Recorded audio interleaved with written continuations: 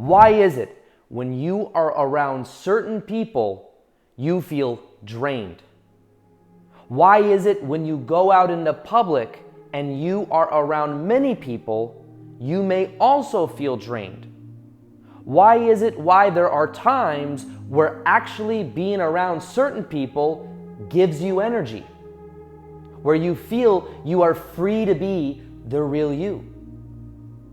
And what if there was a simple energy practice you could do that would allow you to feel more in your power, more able to be around people and not be energetically drained?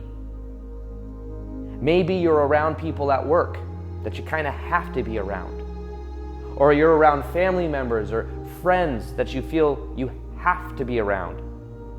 And therefore you find yourself drained around them, or you find yourself feeling depleted and you don't know why. But you want to know, what is something I can do that can completely transform my life, that can allow me to be the real me? Now, this is something I've become aware of in my own life recently, where for so long I would tell myself the story that when I go out in public and I'm around lots of people, I feel drained. I'm just somebody that likes to be in my own energy, which partially I think is still somewhat true.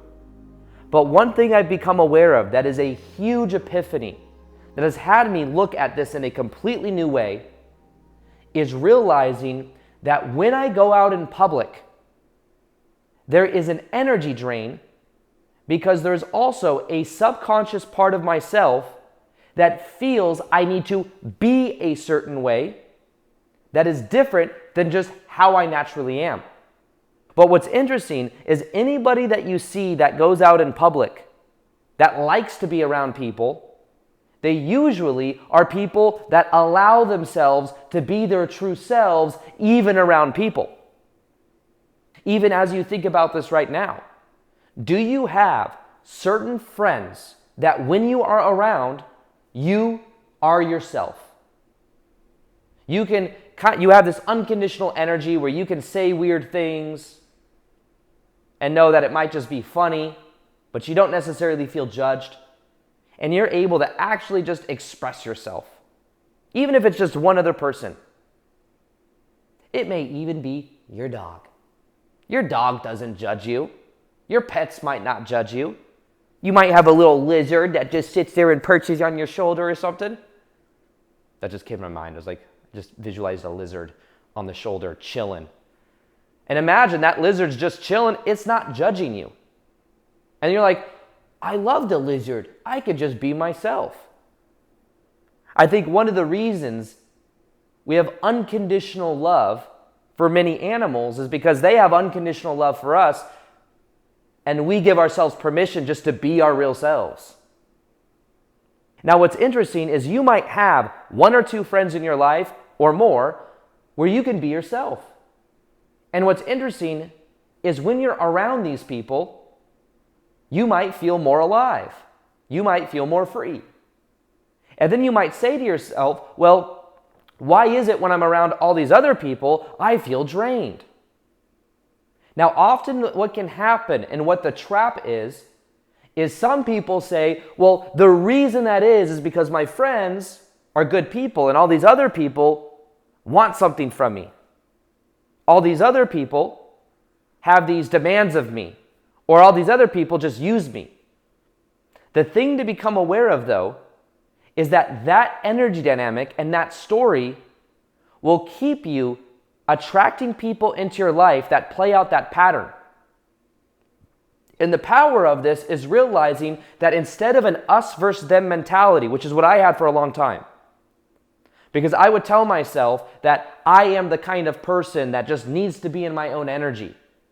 And then when I go out in public or I'm around even certain friends, but maybe they're not super close, I still feel like I have to be different. And that was just the story about reality. And think about how limiting that is. It's like you can only really be you when you are at home in your room alone or at your house alone. And what I've realized recently about myself is if I give myself more permission to be the real me when I'm in public, when I'm around certain new friends, or I'm around people in general, guess what? I start to feel more free. I start to actually have more fun. And when I realize that whether they like me or not is not my thing to manage, that's been a freeing thing. You know, part of this realization actually came from my relationship with my girlfriend, where I realized that after so many months of being around each other a lot, and first off, we were almost like pretty much best friends for like 5 years, so we kind of already know a lot about each other. But then as we were around each other more and more, I realized that after a certain period of time, I would feel like I was needing like space to just be in my own energy. And I would realize, what I was realizing is that part of that is, you know, working from home and stuff like that. There's a healthy dynamic of being able to work and she worked, we were able to do our thing. But one thing that I realized is I simply wasn't always giving myself permission to be the real me. There was almost like this projection, or not just mask, but like way I wanted to be perceived. And that was creating an energy where I was feeling like I was in a box. I was energetically feeling like I was in like walking on eggshells, when actually she's unconditionally supportive, accepting, and loving. But in my mind, I was creating that for myself because of how I wanted to come off. So I find myself, if there was like after work, so after I work for a while, sometimes after I eat and get ready to go to the gym, I'll watch some like dumb things on YouTube and put it like on the TV and like kind of like relax right before I go to the gym. And what I realized is I wouldn't do that because I was subconsciously afraid that she would think it was dumb or of how it made me look. And then what would happen is I would feel like I was on eggshells or not able to be the real me. Maybe I subconsciously felt like I wasn't going to be accepted, or I thought it was weird, some of the stuff that I watched. And what I realized was that, in a way, I was just doing that to myself. I was creating a box where I was walking on eggshells, where I felt like I had to be a certain way in order to be loved or accepted. Now, interestingly enough, this was a very familiar energy in childhood. There was a way I had to be as a kid between 7 to 17 years old where I had to be perfect, on eggshells. I was around then a controlling person, ex-stepmom, who was controlling and had a certain way that I had to be, and you never really knew where she stood because her emotions would change, and it was this thing where I constantly had to tune in order to survive and get by, but I subconsciously felt like I was on eggshells. So is it interesting that now in a relationship, I am projecting that same energy into the space and trying to not be seen a certain way. And then saying, well, I just need a lot of time to myself to be in my room alone so that I can finally be myself. But as I started to realize this, I started to realize, wait, I'm just doing this to me. And then what I decided to do is I decided to shed that energy and to be more in my own frame of reality. I decided instead I'm going to express the real me. I'm going to watch what I want to watch. I'm going to still communicate and everything, and but it's like it completely switched around the energy dynamic, which also went into polarity. Because I realized that when I got back into that energy, then I'm also more in my own masculine energy, which is more magnetic, attractive, and polarizing. Which also allows the feminine to feel safe, to relax more, to be more feminine. So it's interesting how this one idea also allowed me to question this whole idea of empaths who can feel other people's energies, who might feel drained around certain people, but alive around certain people. And a lot of times subconsciously, I think empaths feel alive when they are helping people. And part of that could be, I think a lot of people that went through a certain childhood, may have developed an ability to tune to other people, which is useful in certain contexts and within a certain balance. If you're able to tune to other people, or you're like a therapist or a coach or something like that, it can be very useful to understand how people feel. Or you're in the health profession or a nurse, or that can be very useful. But also, it can be not useful if you are drained around people and feel it is your burden to fix them, to help them, etc. And that's where then you can carry on the energy of other people and feel drained. Part of you gets something out of it. If you can fix someone, help someone, and make them feel better, their emotion feels like your emotion, because as a kid, you may have had to expand your energy to include your environment. And what may then happen is then you go around in public and you're around people, and literally, who do I need to be? How do I need to help? And that then creates a pressure. How can you be yourself when you literally feel like your job is to fix people?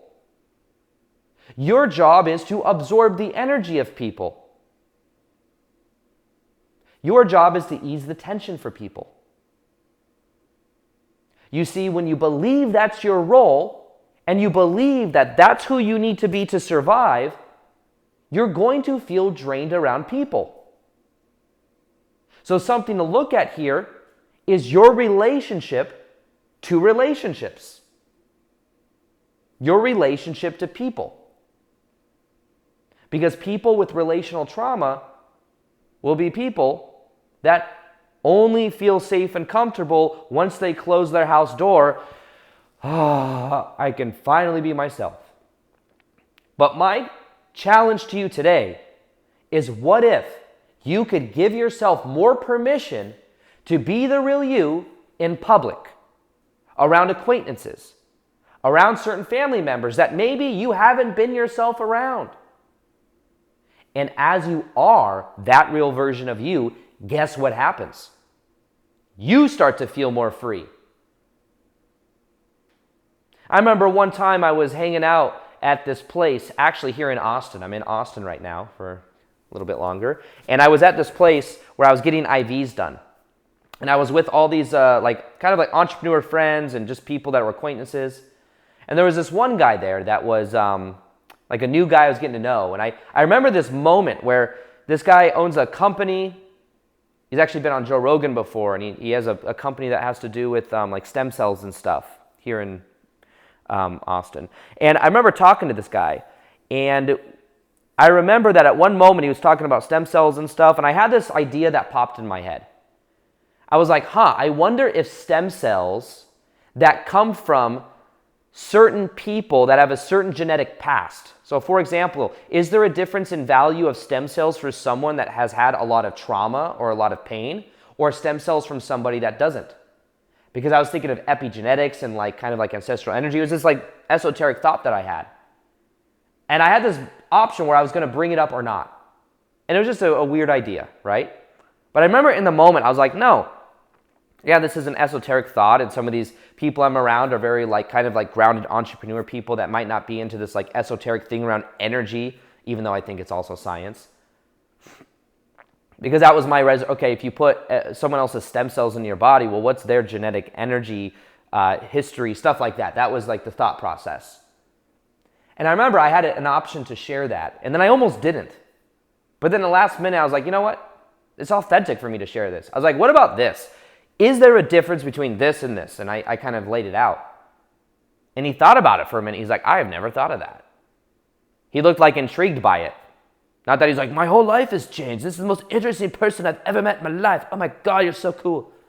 But it was I never thought of that. And he thought about it for a minute. And I could tell that it was just it was a moment where I was like, oh, I'm glad I mentioned it. It was cool, the conversation. The conversation took on a life of its own.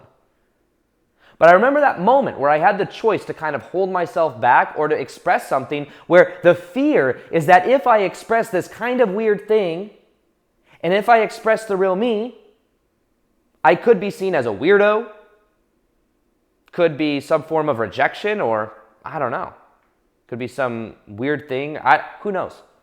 But what I'm aware of, and what I was aware of, is that I was holding myself back from actually expressing the real me.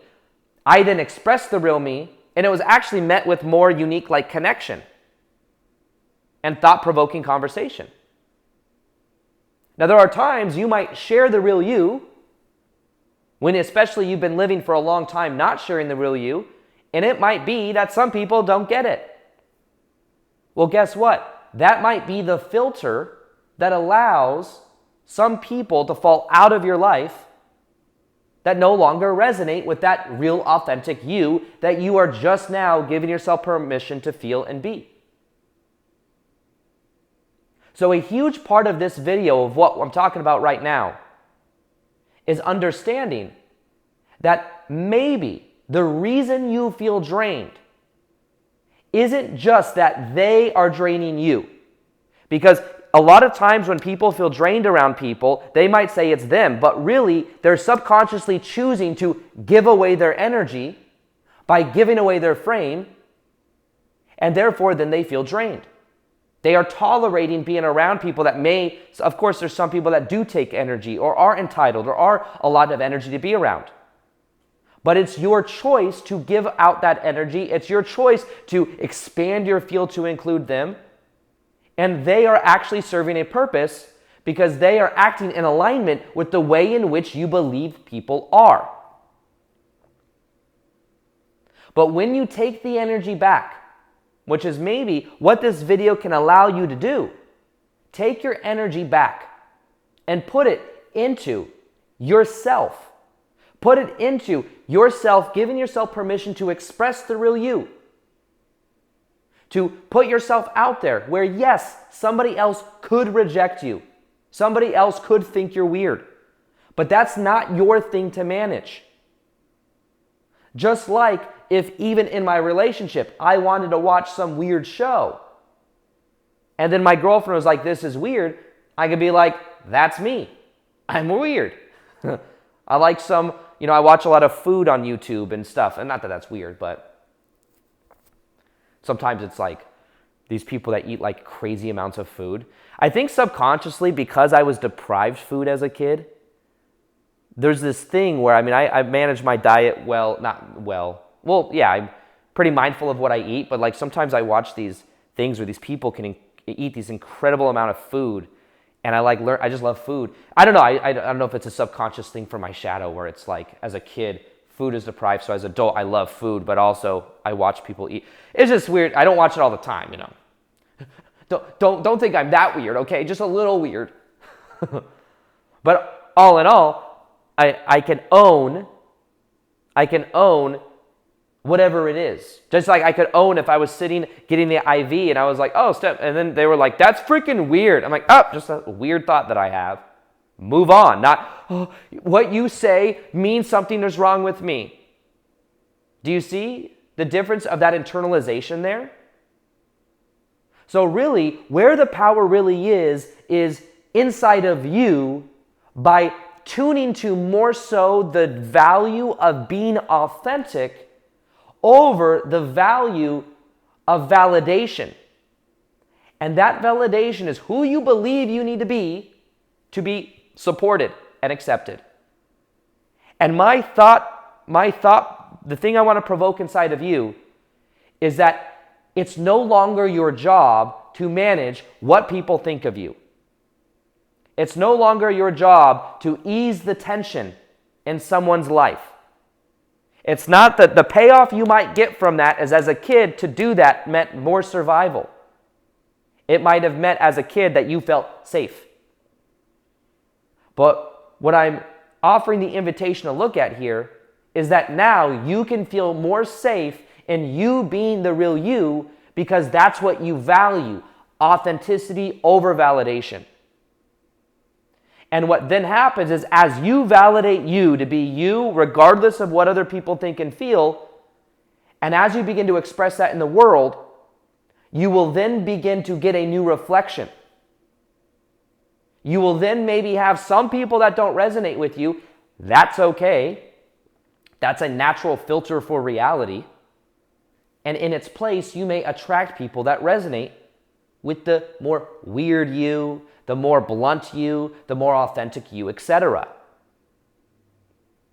So understand that when you take your power back for the meaning you give to other people, the meaning you give to that of how you have to be and who you have to be loved, this is where you start to realize that there may be an inner child part of you that does not feel seen, heard, soothed, or nurtured. And that's that child that feels not validated may be the one that's searching and looking and projecting a certain image out to other people with the hopes of being accepted. But that is so draining because you believe you have to be that way in order to be loved, in order to be accepted. But you're not really being the real you.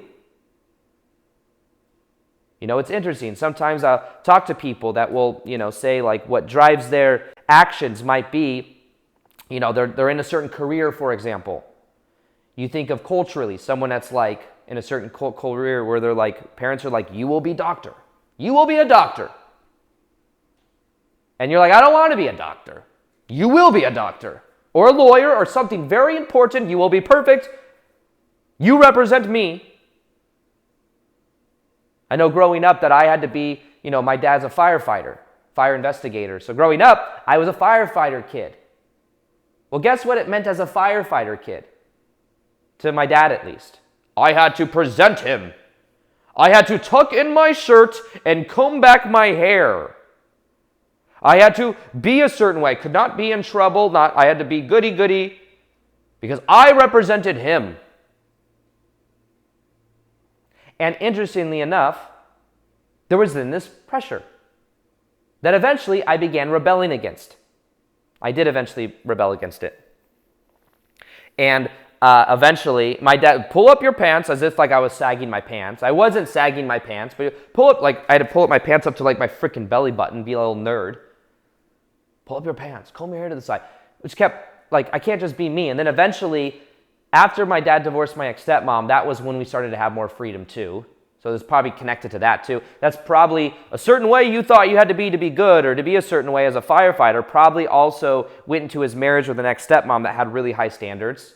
So that probably felt normal and familiar. And then his kids, us, trying to live up to that. But it felt draining. This isn't who I really am.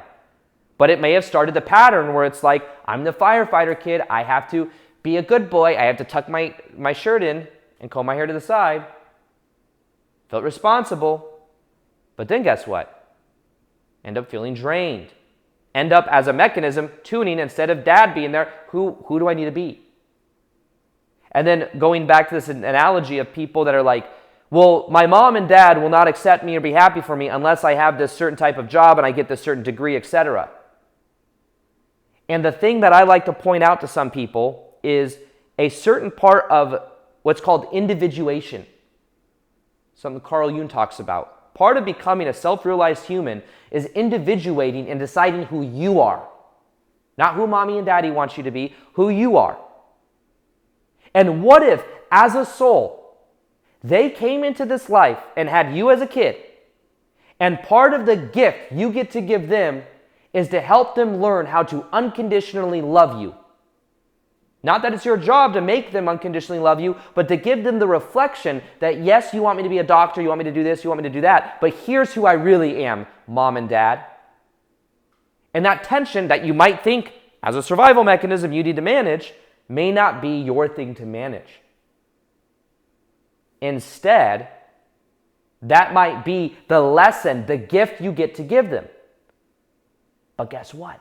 That will feel draining if you feel like their approval and validation is your thing to manage. That will feel draining if you are tuned to easing their tension.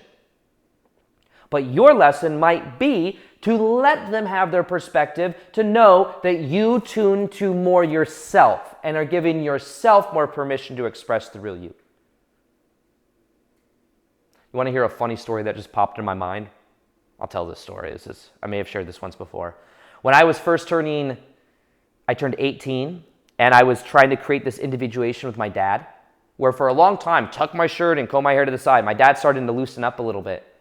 But when I turned 18, I was still living with my dad, let me say that, so he could have technically said whatever he wanted because I lived with him. But I remember when I turned 18, I went over to my dad and I said, Dad? He goes, what? I said, guess what? I said, I'm turning 18. I was born and raised in Vegas. I'm turning 18, and on my birthday, I'm going to a strip club, and there's nothing you can do about it. And in that moment, I know this sounds silly, but I was 18 and I was with some friends and I was like, I'm 18 now, I can go. And I said that to my dad and he sat there for a minute and he's like, well, kind of like was like, okay, you know? But it was this moment for me where I was like, I know you're not going to like that I do this. I'm going to tell you that I'm going to do it though. And I was kind of creating a little bit of that, like it was probably a message, like I am an individual person. I am not going to tuck in my shirt and comb my hair to the side anymore. And that's basically was like a little symbol of that. Now I know it sounds silly and I know it's like this kind of a funny thing to share, but that is like, so basically you telling mom and dad isn't like you saying I'm going to this club. You're just basically saying I'm going to pursue this area. I'm going to pursue art. I want to make YouTube videos. I want to do this. I want to do that. And for a long time when I was making videos on YouTube, like my dad still to this day doesn't understand it. He's proud of me, but for a long time he was just kind of like, you know, he just didn't get it, honestly. He just like, what is that? I still don't get what you do. And it's okay. I had to let him understand. He's like, you have so much potential. You could be a lawyer. You could do this. You could do that. I get it, but that's not who I came here to be. So what if your next phase is you choosing to be a different version of you? What if one of the most magnetic things you can do is to be yourself? And the lesson is not to need to manage the external to feel a certain way. And that by doing that, you might start to feel and realize that instead of it being them and creating the story that it's all them, it's also you choosing to be around them, you choosing to give it to them, but also you can give yourself permission to be the real you, and then you may have more energy. You may begin to actually heal this relationship you have to relationships. And one of the most powerful ways I've learned to do this is by learning the thing you may have missed and not been taught growing up. It's called this technique that I have called the frame technique, if you've heard me talk about it. It's learning how to feel the separation between you and other people. When I learned this, it completely changed my energy dynamic and allowed me to become so much more magnetic. I hear from people all the time how it's transformed their lives, and that's why I promote it and talk about it in my YouTube videos. And if you want to learn step by step how to do the frame technique, how it can change your life, and how to do this one technique that will completely transform your energy, go ahead and check it out right here.